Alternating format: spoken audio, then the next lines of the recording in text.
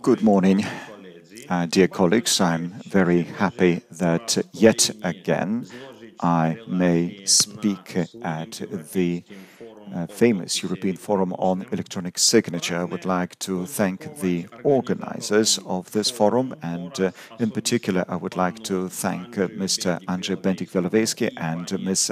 Alla Stolarova-Mitz. I would like to speak in Russian. So, once again, a very good morning to you. I'm very happy to greet you. It is a pity that I cannot take a personal part in the European Forum on Electronic Signature, but just to show my support to this famous conference, here I am with an ID card of the European Forum on Electronic Signature. My report will be the current issues of the development of electronic signature and PKI in the Russian Federation. For many years now, I have been starting my presentations with this slide that you can see on the screen. Here we can see the countries that are developing the technology of electronic signature on the basis of public key infrastructure. Those countries are our main economic partners. Here we will find EU member states, the countries that work together within the Eurasian Economic Union, countries from Southeast Asia, Africa, and so on. So all of us are busy with the development of public infrastructure and electronic signature. And the main factors that have influenced the development of PKI in the Russian Federation today, those are the factors that are related to the reform of the federal law on electronic signature. This is the largest reform in our legislation since 2002, when the federal law on electronic digital signature was first adopted. Those changes were being discussed for 2 years, and many of those amendments have been well received by experts and market participants. However, some of those amendments have raised concerns. The reform is so large that the simultaneous implementation of all amendments to the federal law is not possible. Therefore, entry into force is extended in time. So the amendments as such were adopted in December 2019. The first part of amendments entered into force in July 2020. The second part of amendments will enter into force in January 2021, and the third part of amendments will enter into force in January 2022. And content-wise, the changes are as follows. They have increased significantly requirements with regard to the accredited certification authorities, and those extended requirements most probably will lead to the fact that a large number of accredited certified authorities will have to leave the market. At the time of the adoption of the amendments in Russia, we used to have 409 accredited certification authorities. Now they have also introduced a monopoly for the certification authorities for the public authorities, and their certificates will be issued by the Federal Treasury. The legal entities will have their certificates issued by the Federal Tax Service. And as far as credit and financial sector is concerned, their certificates shall be issued by the central bank.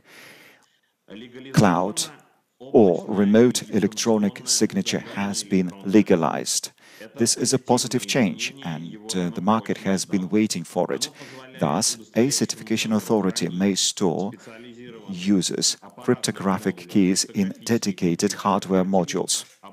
Users may have their devices without cryptographic keys, and they sign electronic documents by being granted remote access to a cryptographic container that is stored at a certification authority. This is progressive technology that enables electronic workflow on mobile devices where installation and storage of an electronic signature would be otherwise difficult. Another important point, that is the legalization of a trusted third party. Another change is the legalization of a trusted time stamp services. Another direction is changes in the privilege management technology of the users and owners of electronic signatures with regard to the documents that they sign. And the last amendment means that they have made an effort to physical persons to have easier use of electronic signatures. Statistically, in the past, representatives of legal persons were mostly using electronic signatures, not physical persons. Now, let us talk about a trusted third party. We have Article 2 that introduces the definition of a trusted third party. Also, there is a definition of the accreditation of the trusted third party. Article 7 is a new article in our federal law on electronic signature, and Article 7 is devoted to the issues of the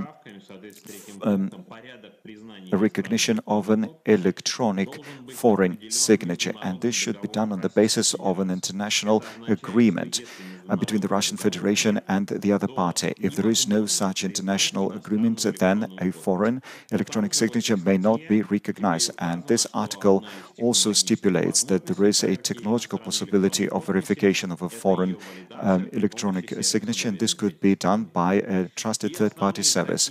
And there are other articles that are quite important, which is Article 18.1 and 18.2. 18.1 describes the services of a trusted third party. Trusted third party provides services to confirm the validity of the electronic signatures involved in the signing of the electronic document, including the establishment of the fact that these certificates have been created and issued by accredited certification authorities whose accreditation is valid on the date of issuance of such certificates. All those who understand how PKI works, they know that such detailed level of verification on the user's level or on the level of an software is quite a difficult thing to do. Therefore, those are the requirements to the operators of specialized validation services, and we call them third-party trusted services. And this operator verifies the compliance of all qualified certificates with the requirements established. And this is done so as to improve the quality of the certificates and to avoid some extensions that are not obligatory but may narrow down the scope of the use of such a certificate. And also a trusted third party verifies the electronic interaction participants' privileges, which is a new structure in our law, now indicating privileges in the certificates themselves is no longer possible. Therefore, they have introduced a new structure which is similar of attribute certificates, and we call it the digital letter of attorney. And this is probably the most difficult thing to understand, how such digital letters of attorney are going to work. And therefore, we do have some amendments, but those amendments on the digital letter of attorney are due to enter into force in 2022. And the next function of the trusted third party is creating and signing a receipt with the qualified electronic signature, and the receipt has the results of the process of verification, and this makes it different from verifying an electronic signature at workplace. Here we receive a receipt that is signed by an electronic signature of a specialized operator who is responsible for the result of the verification. The last function is data storage, including documentation of operations performed by a trusted third party. Now, Article 18.2, devoted to the procedures of accreditation of a trusted third party. There are many requirements, but I would like to mention three of those. First is that the requirements are very much similar to the requirements of the accreditation of certifying authorities. The second requirement is that now we have significant financial requirements with regard to TTPs, which is 1 billion Russian rubles of their own assets. This is the equivalent of 11,250,000 euros. And I should also say that as far as the requirements are concerned, now there is the operators are required to have certified software and hardware that perform the functions described in Article 18.1. And as for now, we do not have such hardware and software assets on the market in the Russian Federation, but we do hope that they will appear on the Russian market by 2021. We ourselves are working on the development of such assets and are certifying them. Therefore, one should say that in order to implement the reform of this scale, we have to adopt now a large number of delegated pieces of legislation, that is 25 such bylaws. These bylaws are being drafted by the public authorities, but also by the members of the expert community. They work together at the Competence Center for the Regulation of the Digital Economy, and we hope that due to this, by the 1st of January 2022, we will gradually implement all 25 bylaws that will give us a possibility of implementing all of the amendments. And to sum up, I would like to say that as far as electronic signature in Russia is concerned, we see that many changes are taking place.